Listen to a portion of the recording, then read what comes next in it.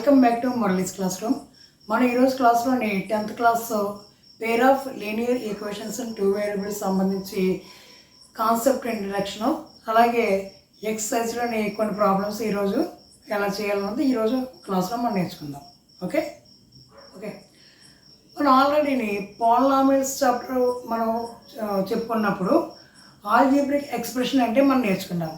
So algebraic expression అంటే మనం ఏం చెప్పుకున్నాం? Algebraic expression is an expression made up of variables and constants along with mathematical operations. అంటే mathematical operations ఉపయోగించి variables constants ఏర్పడిన దాన్ని ఆల్జీబ్రిక్ ఎక్స్ప్రెషన్ అని మనం నేర్చుకోవడం జరిగింది.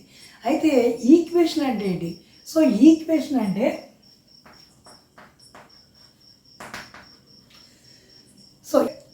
ఈక్వేషన్ అంటే ఒకసారి చూద్దాం. ఈక్వేషన్ అంటే మ్యాథమెటికల్ ఎక్స్ప్రెషన్లో ఈక్వల్ టు సింబల్ ఉన్నట్లయితే, ఈక్వల్ టు అనే సింబల్ ఉన్నట్లయితే దాన్ని ఏమంటారంటే ఆల్జీబ్రిక్ ఈక్వేషన్ అంటారు. అంటే ఎక్స్ప్రెషన్లో మనకి ఈక్వల్ టు ఉంటే దాంట్లో left hand side right hand side రెండు ఎక్స్ప్రెషన్స్ ఉంటాయన్నమాట. సో దాన్ని ఏమంటారంటే ఆల్జీబ్రిక్ ఈక్వేషన్ అని అంటారు. అయితే ఇప్పుడు దీంట్లోని లీనియర్ ఈక్వేషన్ అంటే మనం చెప్పుకుందాం. లీనియర్ ఈక్వేషన్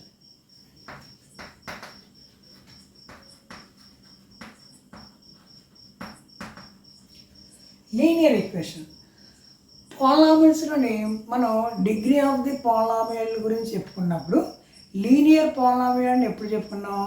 ఏదైనా పాలినామియల్ యొక్క డిగ్రీ ఒకటైతే దాన్ని లీనియర్ పాలినామియల్ అని మనం అక్కడ చెప్పుకోవడం జరిగింది. అలాగే ఇక్కడ లీనియర్ ఈక్వేషన్ అంటే ఒక ఈక్వేషన్లోని వేరియబుల్ యొక్క ఎక్స్పోనెంట్ ఒకటైతే అంటే దాని యొక్క డిగ్రీ అంటే ఆ ఈక్వేషన్ అంటే ఎక్స్ప్రెషన్ యొక్క డిగ్రీ ఒకటైతే దాన్ని ఏమంటారంటే లీనియర్ ఈక్వేషన్ అంటారు. ఫర్ ఎగ్జాంపుల్ లీనియర్ ఈక్వేషన్ అంటే ఇప్పుడు 2x + 3 = 5 అనే ఒక లీనియర్ ఈక్వేషన్ తీసుకున్నాం. సో దీంట్లోని వేరియబుల్ ఏముంది? ఇక్కడ ఎక్స్ ఉంది. వేరియబుల్ యొక్క ఎక్స్పోనెంట్ 1 ఉంది కాబట్టి దీన్ని ఏమంటారు? లీనియర్ ఈక్వేషన్ అని మనం చెప్పడం జరుగుతుంది అనమాట. సో దీంట్లోని లీనియర్ ఈక్వేషన్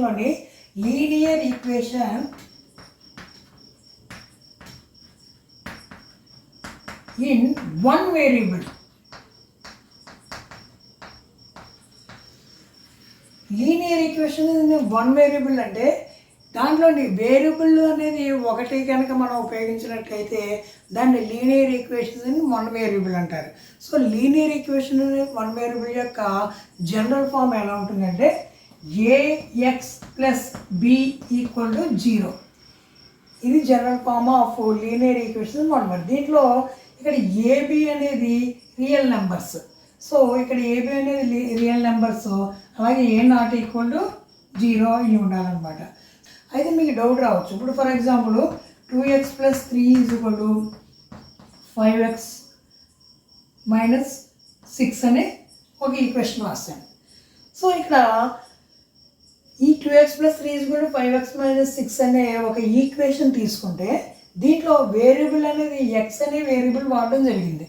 అయితే ఇక్కడ ఎక్స్ 2 సార్లు వచ్చినాయి కాబట్టి దీని 2 వేరియబుల్స్ అని మనం అనుకోకూడదు. సో ఎక్స్ అనే వేరియబుల్ ఒకటే ఉంది కాబట్టి, అంటే ఎక్స్ అనే వేరియబుల్ని ఈ ఈక్వేషన్లో వాడాం కాబట్టి దీన్ని ఓన్లీ వన్ వేరియబుల్ కింద మనం తీసుకుంటాం. అంటే ఎక్స్ ఎన్నిసార్లు వచ్చింది అంటే వేరియబుల్ ఎన్నిసార్లు వచ్చింది అన్నది కాదు ముఖ్యం, ఒక వేరియబుల్నే వాడాం కాబట్టి దాన్ని linear equation in one variable అని మనం చెప్తాం అన్నమాట. సో అది లీనియర్ ఈక్వేషన్ వన్ వేరియబుల్. అయితే ఇప్పుడు linear equation in two variables చూద్దాం.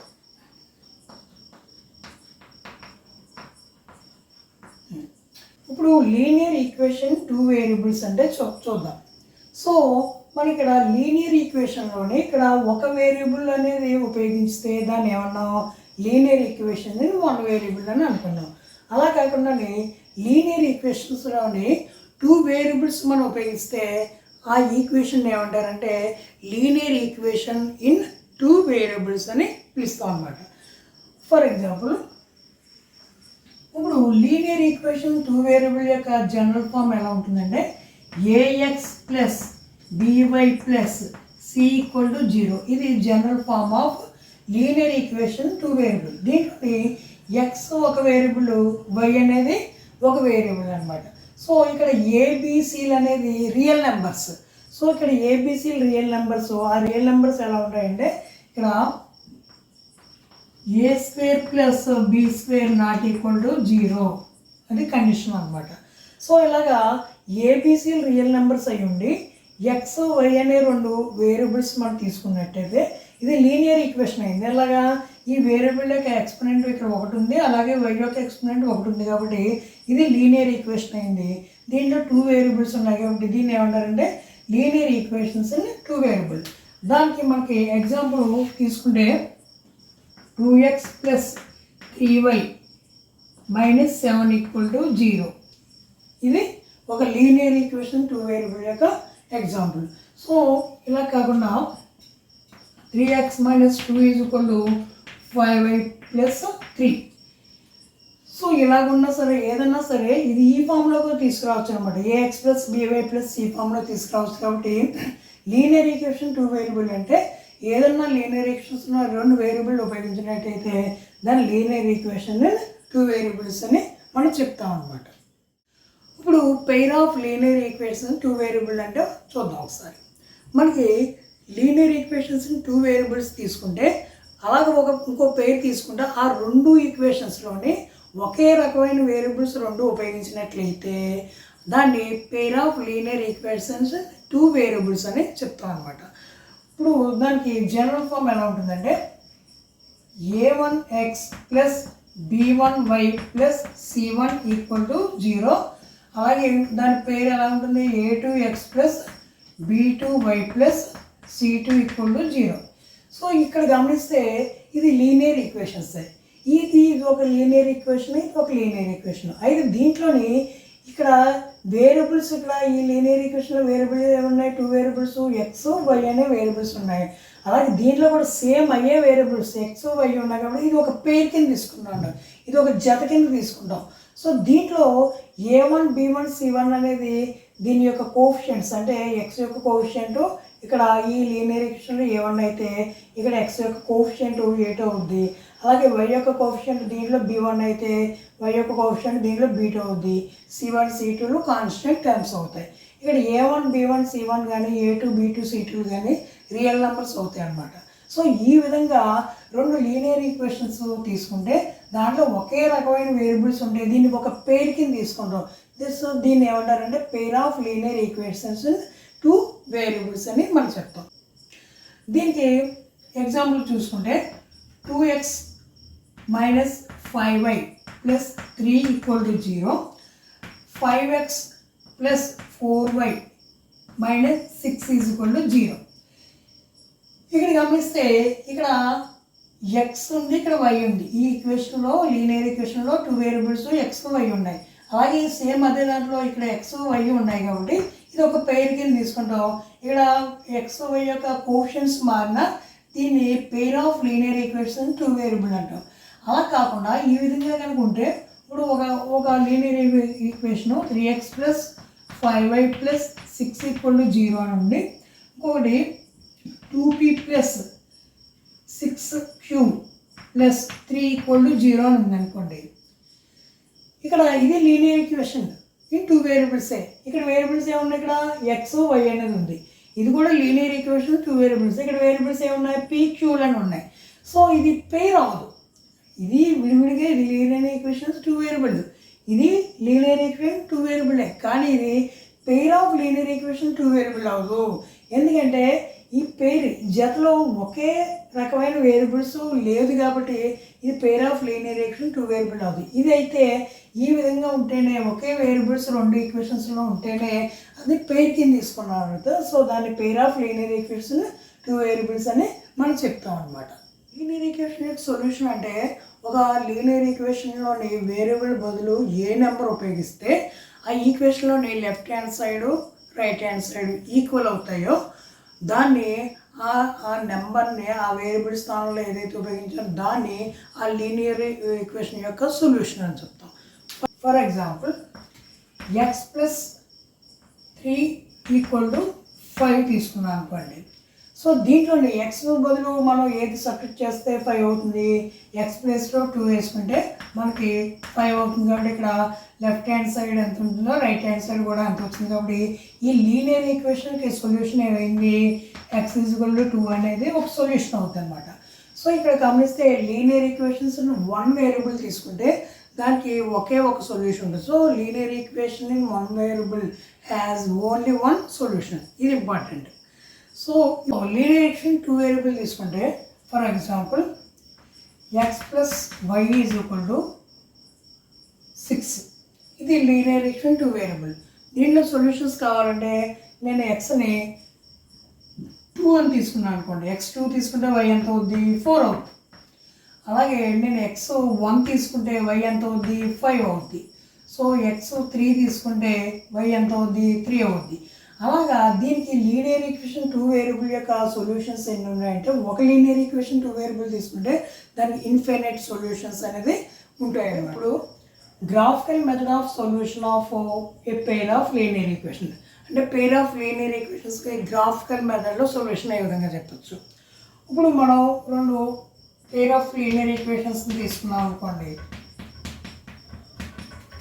అలాగే a2x + b2y + c2 = 0 తీసుకున్నాం అనుకోండి. సో ఈ 2 ఈక్వేషన్స్ ఒకటి ఒక లైన్ ఫామ్ అవుతుంది. కాబట్టి ఈ 2 ఈ విధంగా ఇంటర్సెక్ట్ అయితే, ఈ 2 లైన్స్ ఇక్కడ ఇంటర్సెక్ట్ అయితే, సో ఇక్కడ ఓన్లీ 1 యూనిక్ సొల్యూషన్ ఉంటుంది. ఈ రెండాటికి ఒకే ఒక సొల్యూషన్ ఉంటుంది. కాబట్టి so it has only 1 solution, only 1 solution, ఒకే ఒక సొల్యూషన్ ఉంటుంది. దీన్ని ఏమంటారంటే ఇంటర్సెక్టింగ్ లైన్స్, ఇంటర్సెక్టింగ్ లైన్స్ అంటారు. దీన్ని consistent pair of linear equations, ఇవి కన్సిస్టెంట్ అవుతాయి అన్నమాట. సో ఇక్కడ ఒక సొల్యూషన్ వచ్చింది కాబట్టి దీనికి consistent pair of linear equations అంటారు. దీనికి ఓన్లీ 1 సొల్యూషన్, యూనిక్ సొల్యూషన్ ఉంటుంది. ఆ విధంగా కాకుండా ఈ 2 ఈక్వేషన్స్ని మనం గ్రాఫికల్గా రిప్రజెంట్ చేసినప్పుడు ఈ 2 లైన్స్ని ఎక్కడ ఇంటర్సెక్ట్ అవ్వకుండా ఈ విధంగా ప్యారలల్ లైన్స్ ఉన్నాయనుకోండి, it has no solution, no solution,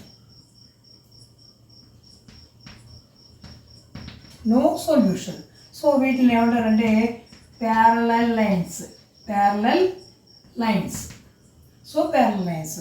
so వీటిని ఇన్కన్సిస్టెంట్ అంటారు, inconsistent, inconsistent pair of linear equations.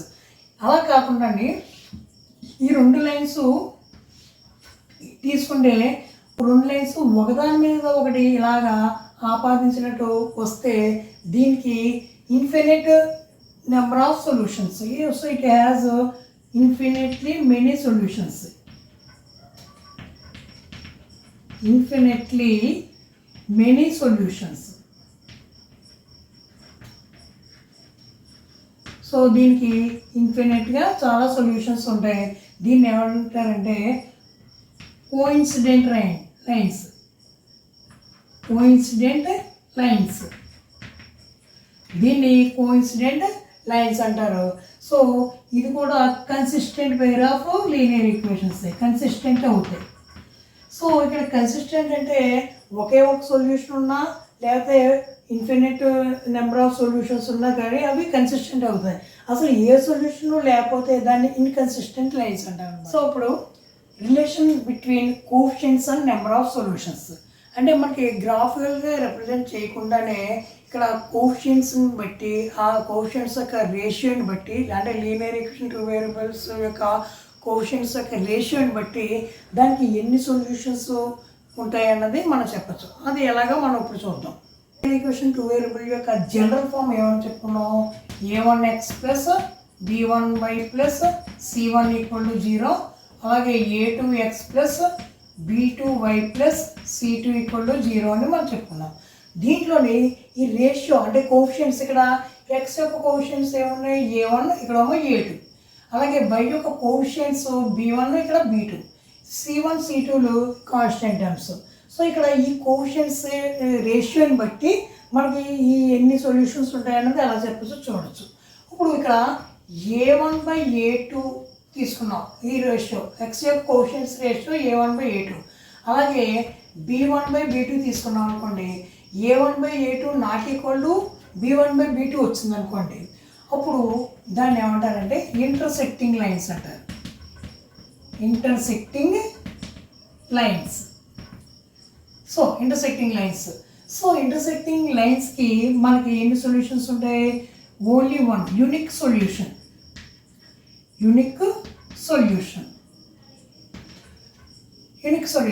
అంటే ఒక సొల్యూషన్ ఉంది కాబట్టి దీన్ని ఏమంటారంటే కన్సిస్టెంట్ లైన్స్ అంటారు. కన్సిస్టెంట్ లైన్స్ అంటే ఇప్పుడు గ్రాఫికల్గా రిప్రజెంట్ చేసినప్పుడు ఈ విధంగా మనకి గ్రాఫ్లో మనకి రిప్రజెంట్ చేస్తాయి అనమాట. So A1/A2 not equal to B1/B2. ఇప్పుడు A1/A2 not equal to B1/B2 వచ్చిందనుకోండి, ఇంక C1/C2 మనం చూడక్కర్లేదు. ఈ రెండు నాట్ ఈక్వల్ టు ఉంటే అది ఇంటర్సెక్టింగ్ లైన్స్ అయిపోతాయి. అలాగే రెండో సందర్భం ఏం తీసుకోవచ్చు అంటే A1/A2 ఈక్వల్ టు B1/B2 వచ్చిందనుకోండి. So A1/A2 equal to B1/B2 వచ్చి నాట్ ఈక్వల్ టు C1/C2 వస్తే దాని ప్యారలల్ లైన్స్ ఫామ్ అవుతాయి అన్నమాట. సో ప్యారలల్ లైన్స్కి నో సొల్యూషన్. సో ప్యారలల్ లైన్స్ని మనం ఏమంటాం? Inconsistent lines. సో గ్రాఫ్లో ఇవి ఈ విధంగా ప్యారలల్ లైన్స్ ఫామ్ అవుతాయి అన్నమాట. So A1/A2 equal to B1/B2 ఈ నాట్ ఈక్వల్ టు C1/C2 అయితే ఇది ప్యారలల్ లైన్స్ అవుతాయి. దానికి ఏ సొల్యూషన్ ఉంటుంది? దీన్ని ఇన్కన్సిస్టెంట్ లైన్స్ అంటారు. సో మూడో సందర్భం తీసుకుంటే A1/A2 అంటే రేషియో ఆఫ్ కోషియన్స్ ఆఫ్ ఎక్స్, అలాగే రేషియో ఆఫ్ కోషియన్స్ ఆఫ్ వై, అలాగే రేషియో ఆఫ్ కాన్స్టెంట్ టర్మ్స్. ఈ మూడు కూడా ఈక్వల్ అయితే అంటే A1/A2 equal to B1/B2 equal to C1/C2 equal to అయితే దాన్ని ఏమంటారు? Coincident lines.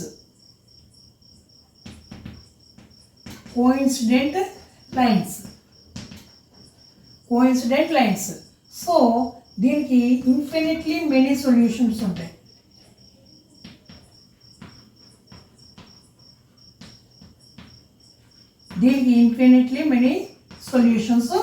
అన్నమాట. సో వీటిని ఏమంటారంటే కన్సిస్టెంట్ లైన్స్ అంటారు.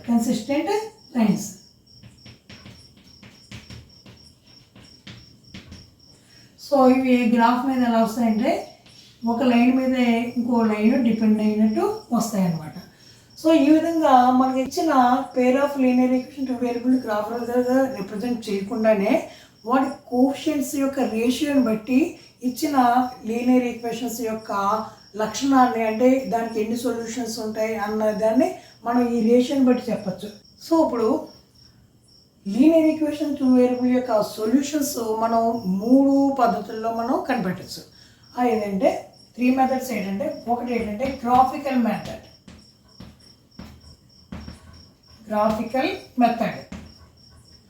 అలాగే రెండోది సబ్స్టిట్యూషన్ మెథడ్,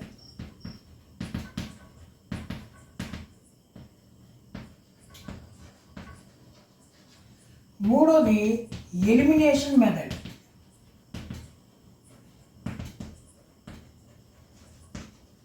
ఇక్కడ పేర్ ఆఫ్ లీనియర్ ఈక్వేషన్స్ 2 వేరియబుల్ యొక్క సొల్యూషన్స్ మనం ఈ 3 పద్ధతుల ద్వారా మనం సాధించవచ్చు. ఏంటంటే గ్రాఫికల్ మెథడ్, అలాగే సబ్స్టిట్యూషన్ మెథడ్, ఎలిమినేషన్ మెథడ్.